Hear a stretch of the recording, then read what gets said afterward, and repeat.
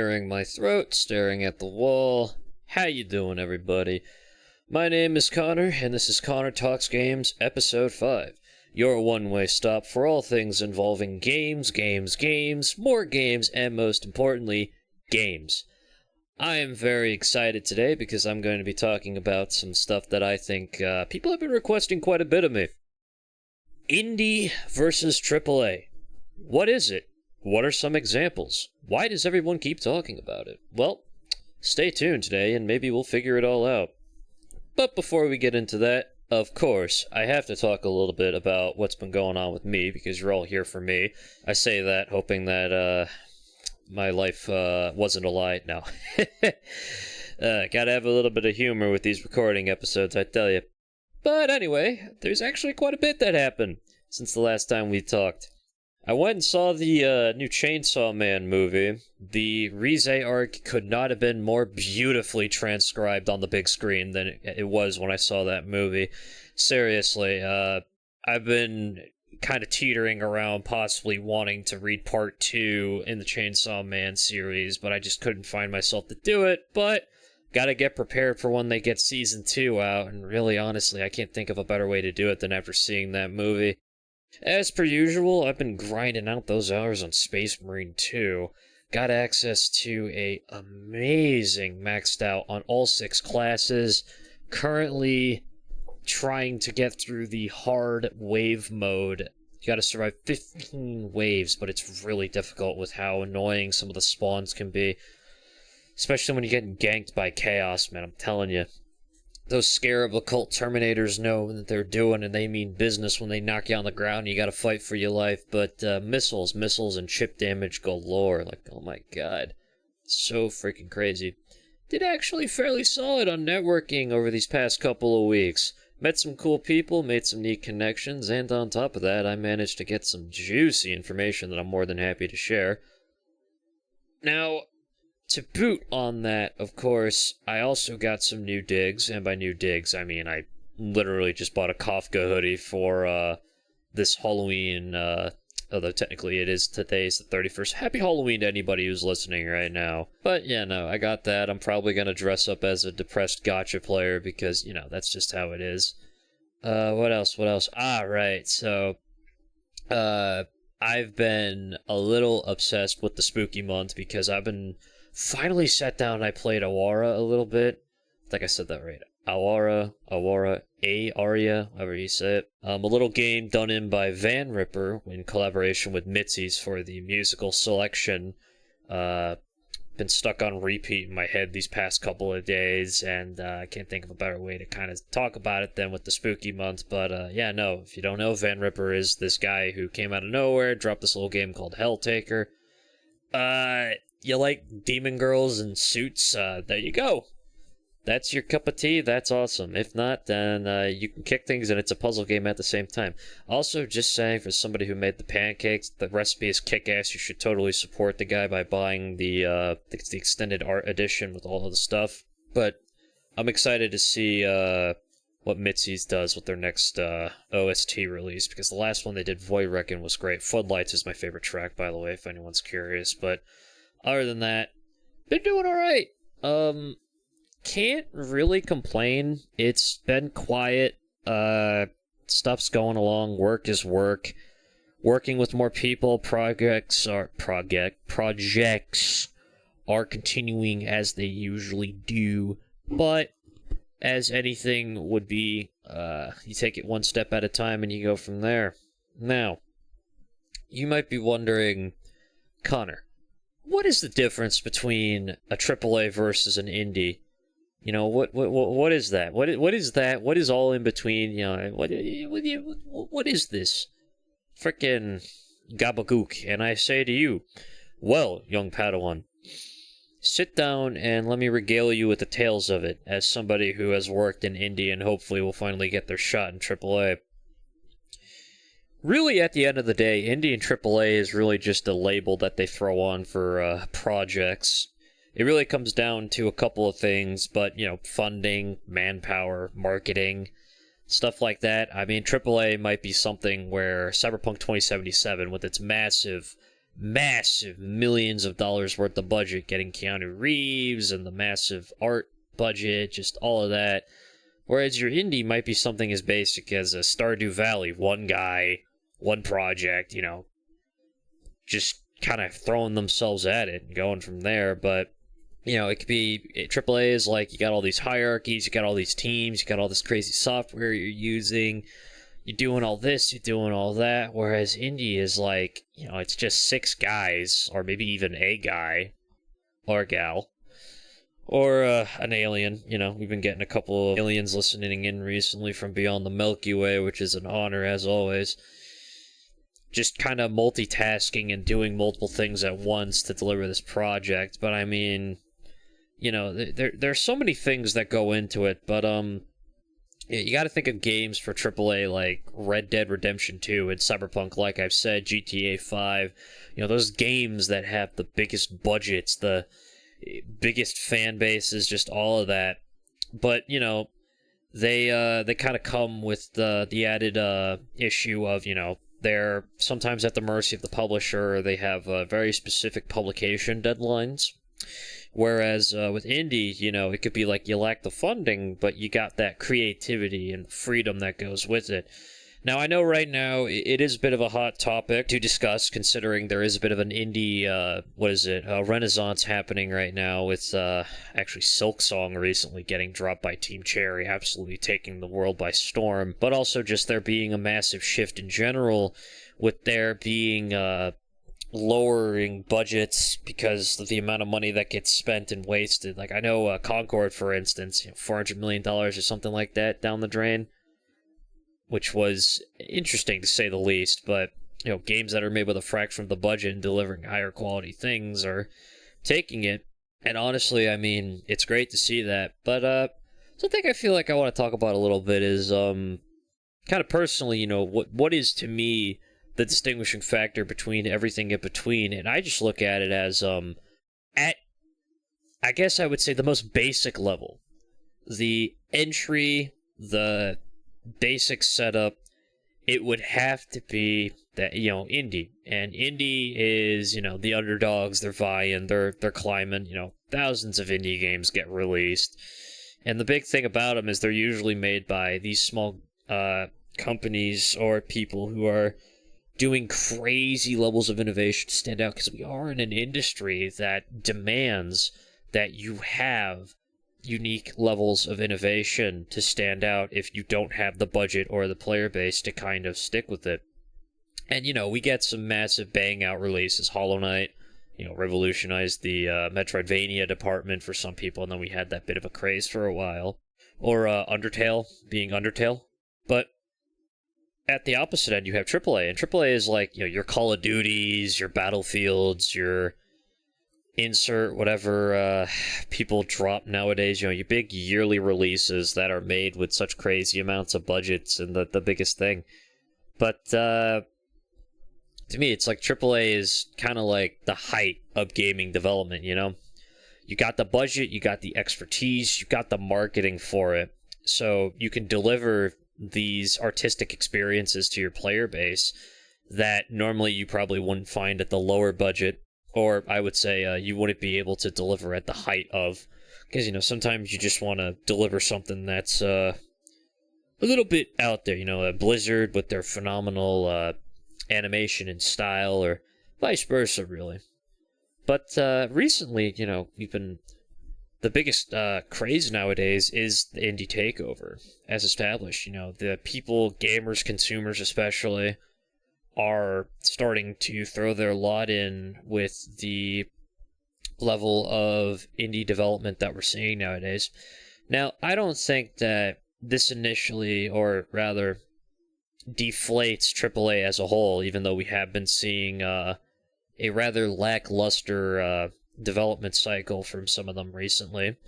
God bless everyone who does great work on it, but the player bases are not exactly super enthusiastic about the situation as a whole right now, with some of the releases being how they are. Call of Duty, for instance, that, oh boy, Call of Duty, poor Black Ops.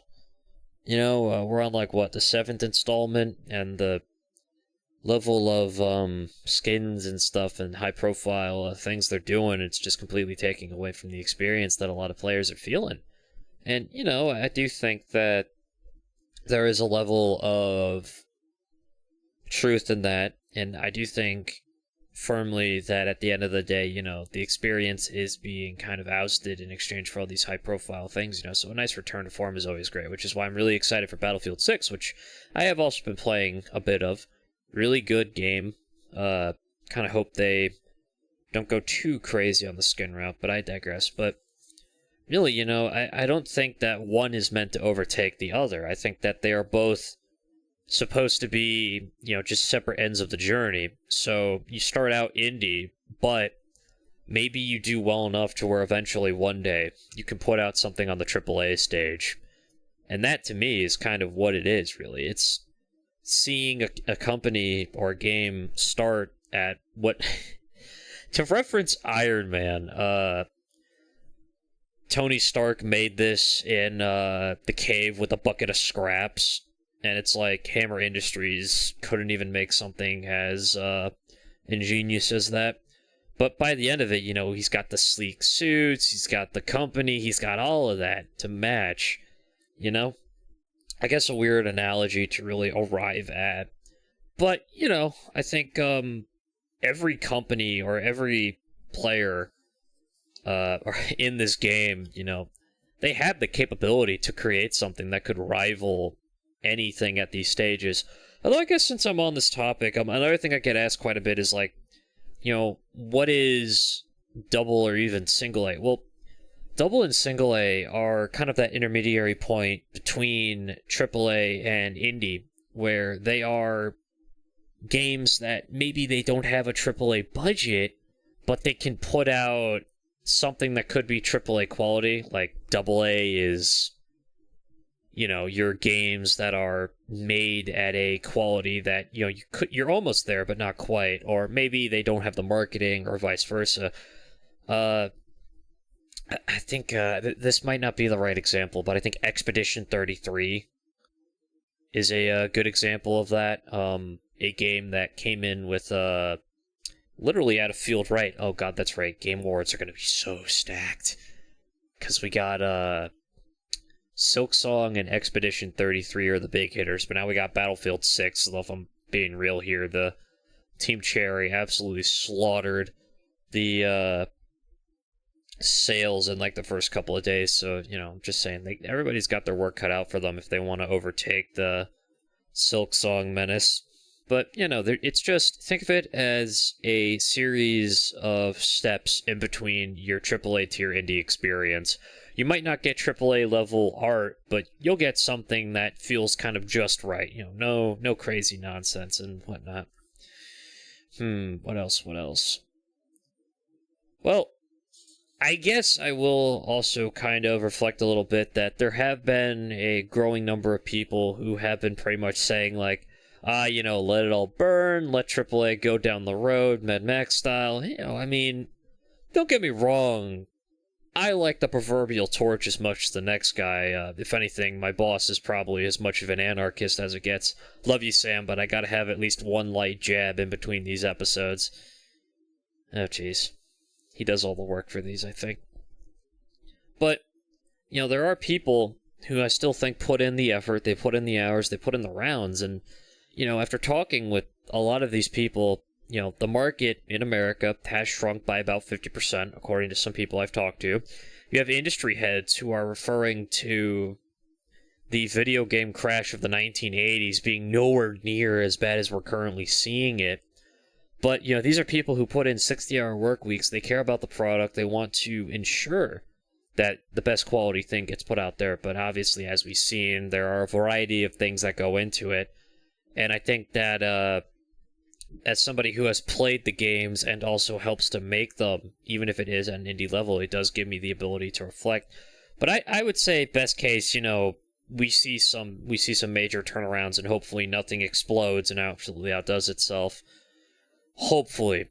But, I've always kind of been optimistic about this, in spite of the fact that there's 60-hour plus work weeks and everybody's going absolutely crazy about it. I still want to get in there because, hey, It's going to take somebody to fix it, and why not me? No. Dream big. Good to have aspirations. I don't know if I'll ever get to that stage, but maybe, just maybe. But yeah, no. Really, I think they're all in their own different bubble, and they kind of do their own thing. But I have met people who would definitely prefer to have it be more, whatchamacallit, acceleration of the process, so to speak. But, you know, there are a lot of ways we can kind of go about doing that, but what do I know? I'm just a producer that tries to make games for a living. Alright, well, let's see. So we talked about that, we talked about that. How about we, refer to a couple of questions now? Actually, we don't have as many this time around due to, a lapse, and I wanted to refer to more AAA side of things, but it looks like I got through my questions a bit faster than I normally would. So, why do you want to work at AAA so bad? And for the first one here, well, I talk about it at length, but really at the end of the day, I want to be a part of the biggest budgeted projects, and I want to work at the highest possible level. Because I feel like AAA represents the ultimate challenge in delivering an excellent project.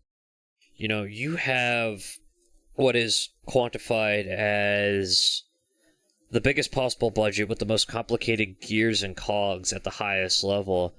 And to me, I've always gotten more enjoyment out of making the team spin and work. You know, I always try to expose myself to multiple different team-based projects or ways that the game could kind of be developed.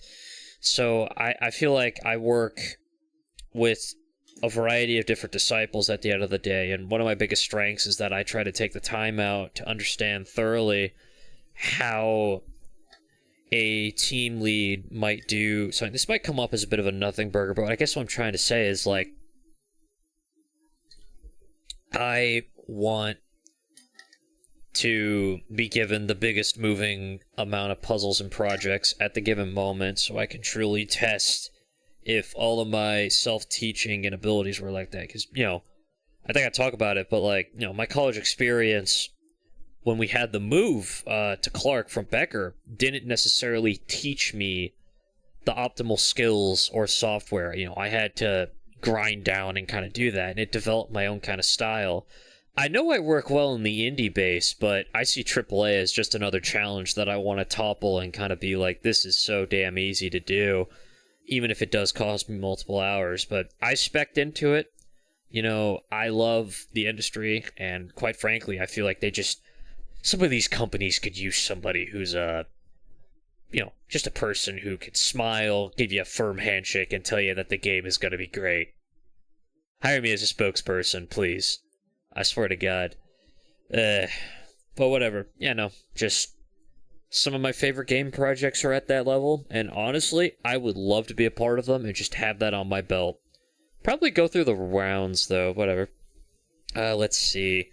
Oh, all right. We got a good question here. We got an old-time listener. All right. Round of applause for this individual.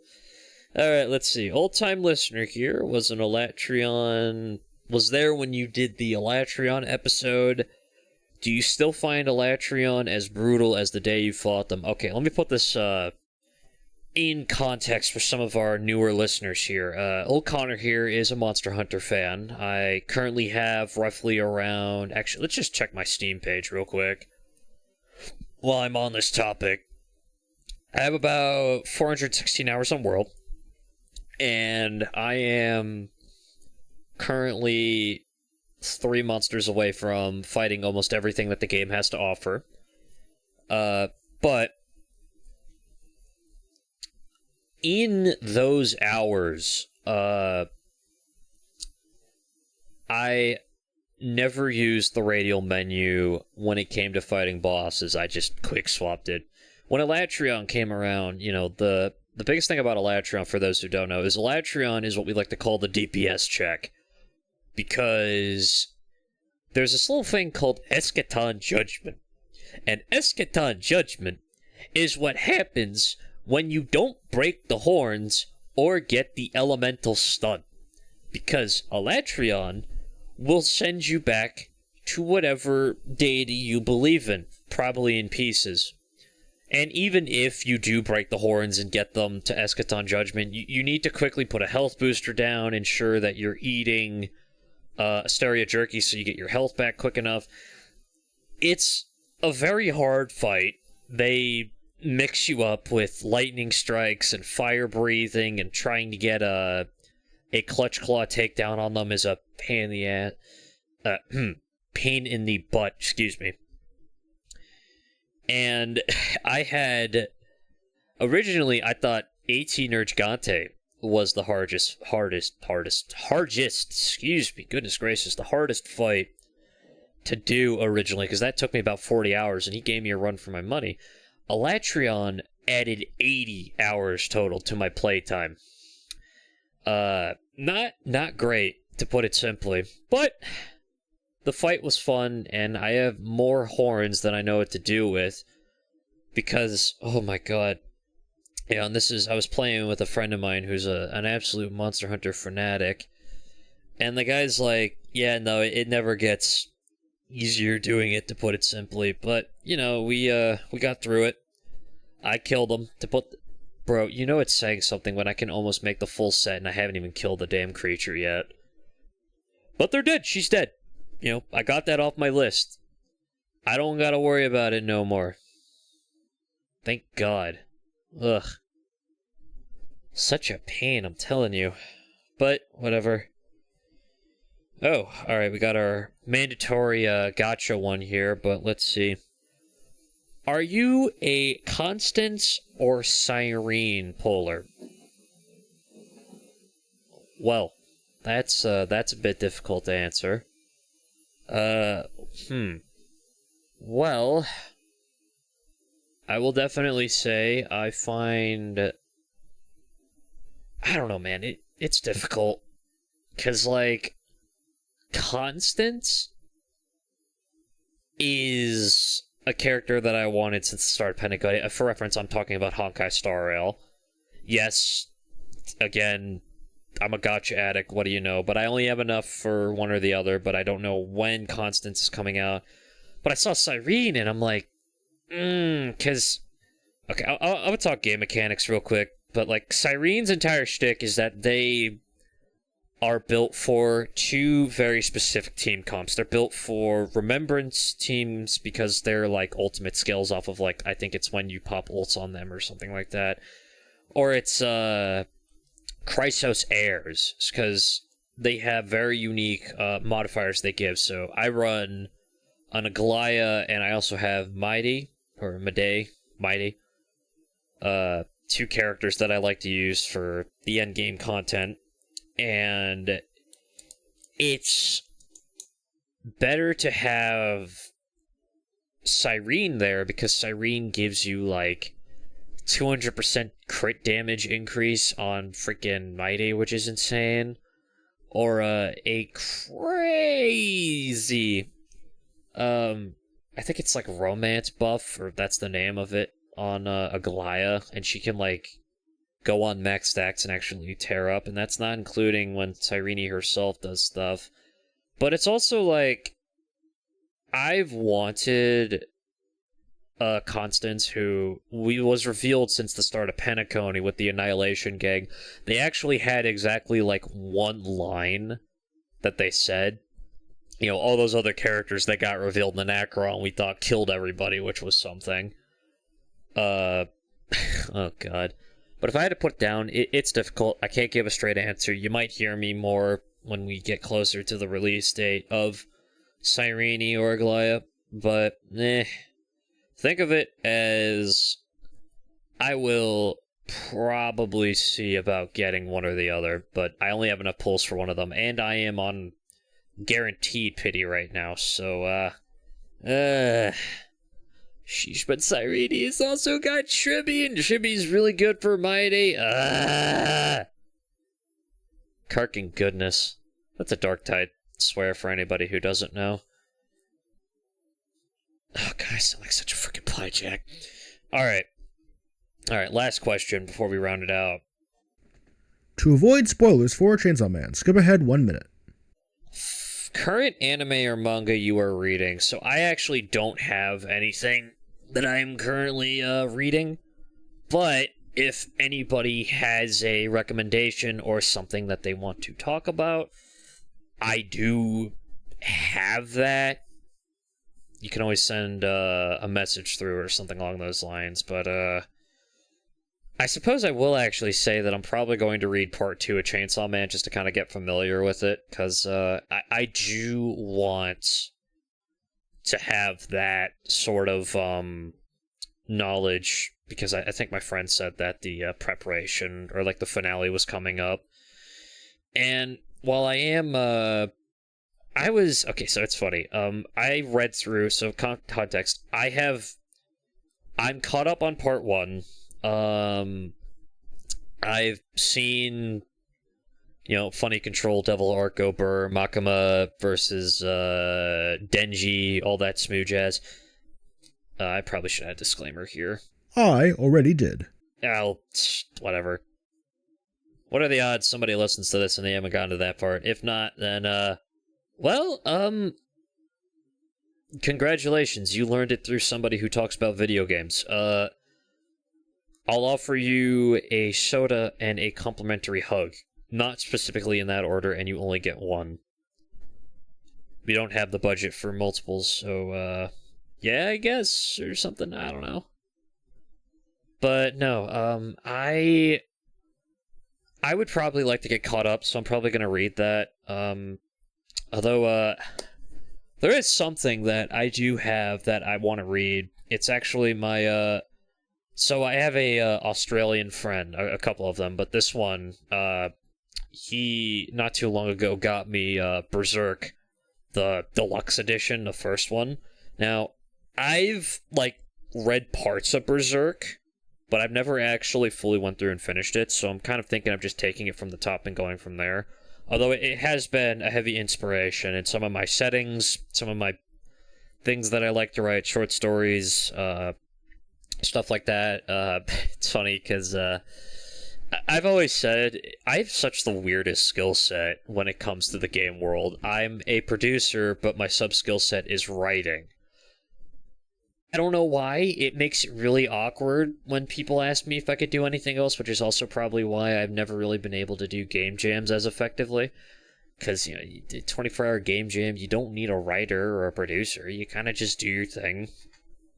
But I wouldn't put that above the other. Jeez. I gotta get something in my stomach. Probably, actually, that's a good question. What do I want? Grilled cheese, maybe? Possibly. Maybe something else. So much food, so little time to think.